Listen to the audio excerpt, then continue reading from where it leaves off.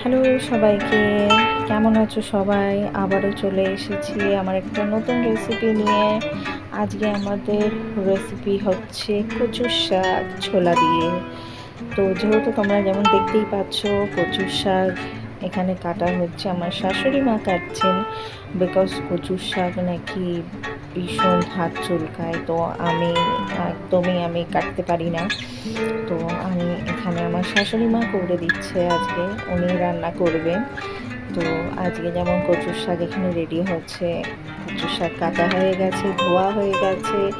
সাথে আমরা কচুর শাকটাকে এবার প্রেসার কুকারে দিয়ে দিলাম ওটাকে সিদ্ধ করার জন্য।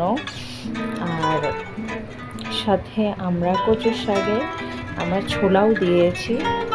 আমরা আজকে ছোলা দিয়ে কচুর শাক করব।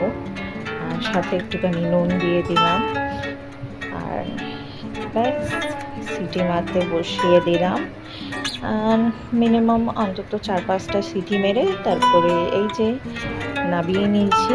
আমাদের কচু শাকটা দেখতেই পাচ্ছ পুরো সেদ্ধ হয়ে গেছে, ছোলাগুলোও সেদ্ধ হয়ে গেছে পুরো একদম। আর আমার ভিডিও আপনাদের কেমন লাগছে একটু অবশ্যই আমাকে জানাবেন। আমার ভিডিও যদি ভালো লেগে থাকে, আমার ব্লগটা যদি ভালো লেগে থাকে, তাহলে একটু লাইক, একটু শেয়ার করে দেবেন, সাথে একটু সাবস্ক্রাইব করে দেবেন, আমাকে সাপোর্ট করবেন। আর এবার চলে যাই আবার রান্নার দিকে। তো যেমন দেখলেন, গরম তেলের মধ্যে তেজপাতা, শুকনো লঙ্কা, জিরে ফোড়ন দিলাম। সাথে একটুখানি আমি নুন দিয়ে দিয়েছি, আমি দিইনি, সরি, আমার শাশুড়ি মা দিয়েছেন। আর সাথে একটু আদা পেস্টও দিয়ে দিয়েছি।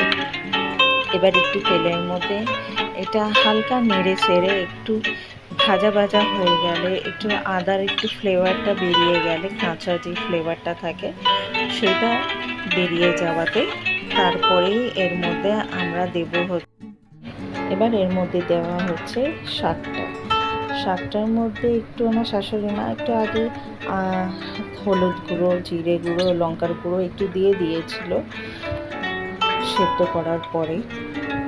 এবার এটা আমরা কড়ার মধ্যে তুলে দিচ্ছি। দেওয়াটা আপনারা দেখতেই পাচ্ছেন কচুর শাকটা কি সুন্দর সেদ্ধ হয়ে গেছে। কচুর শাক যদি ভালো করে না সেদ্ধ হয়, আর সেদ্ধ করার পরে ও জলটা ফেলে দেবেন, যদি না ফেলা হয় বলে নাকি খুব গলা চুলকায়। তো সেই কারণেই কচুর শাকটা খুব ভালোভাবে সেদ্ধ করে নেওয়া উচিত। নিয়ে কচুর শাকের যে জলটা থাকে সেটা ফেলে দেওয়া উচিত। এবার হচ্ছে আমরা একটু নেড়ে চেড়ে নেব এটাকে ভালো করে নেড়ে চেড়ে এটা পুরো মশলাটাকে ভালো করে মাখিয়ে নেব শাকটার মধ্যে। তো আমার ব্লগটা তোমাদের কেমন লাগছে প্লিজ একটু কমেন্ট করে জানাবেন। যদি ভালো লাগে একটু প্লিজ লাইক শেয়ার করে দেবেন, একটু সাবস্ক্রাইব করে দেবেন। আর তোমাদের যদি কোনো ওপিনিয়ন থাকে বা কোনো সাজেশন থাকে সেটাও অবশ্যই তোমরা বলতে পারো কমেন্ট করে। আর তোমাদের কেমন ভালো লাগে কচুর শাক খেতে সেটাও আমার সাথে শেয়ার করতে পারো আর কমেন্টে। আর হচ্ছে কচুর শাক তো নানান রকমই হয়, অনেকে অনেকভাবেই খায় কচুর শাক।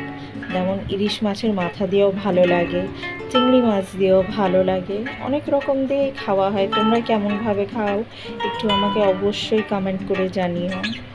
তো এখানে আবারও একটুখানি অল্প অল্প করে মশলা দেওয়া হয়েছে, একটু হলুদ গুঁড়ো, একটু লঙ্কার গুঁড়ো, একটু জিরে গুঁড়ো।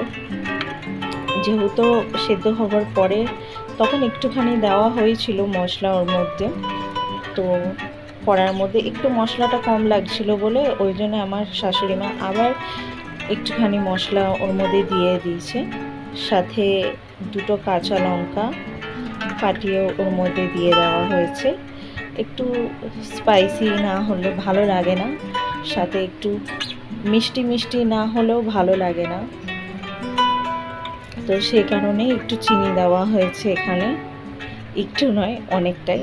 চিনিটা হচ্ছে অপশনাল, যারা একটু মিষ্টি মিষ্টি খেতে ভালোবাসো তারা চিনিটা দিতে পারো, আর যারা মিষ্টি পছন্দ করো না তারা চিনিটা স্কিপ করে যেতে পারো। বাট আমি মনে করি যে যারা চিনি দিয়ে খাও না তারা অবশ্যই একটু চিনি দিয়ে কচুর শাক খেয়ে দেখবে, ভীষণ ভালো লাগে, ভীষণ ভালো লাগে, ভীষণ টেস্টি হয়। আর কচু শাকের যে একটা টেস্ট, একটা ফ্লেভার আরও এনহ্যান্স হয় তার মধ্যে। তো এবার এখানে আমরা সবটা একটু মেখে আর নেড়ে নেব, পুরো ভালো করে মশলাটা মাখিয়ে নেব শাকের মধ্যে মেখে চুকে। এবার এটাকে ভালো করে একটু মশলাটাকে কষিয়ে নেব, যাতে একটু কাঁচা ভাবটা যাতে না থাকে। যেহেতু আজকে আমাদের একটু নিরামিষ, আজকে আমাদের দিন ছিল, তাই আমরা কচু শাকটা নিরামিষভাবেই করেছি। এর মধ্যে সেমনি আলাদাভাবে কোনো পেঁয়াজ রসুন কিছু আমরা টাচ করিনি, বা মাছের মাথা বলুন সেগুলো কিছু টাচ আমরা দিইনি ওর মধ্যে টাচ। তো আজকে পুরো টোটালি নিরামিষভাবেই রেডি করেছি। তো আমাদের এখানে রেডি হয়ে গেছে কচু শাক, দেখতেই পাচ্ছেন। কেমন লাগলো অবশ্যই দেখে বলবেন, রান্না করে টেস্ট করে বলবেন, আমাকে কমেন্ট করে জানাবেন যে আপনাদের কেমন লাগলো কচু শাকটা। থ্যাংক ইউ ফর ওয়াচিং, আর একটু লাইক কমেন্ট শেয়ার অবশ্যই করে দেবেন।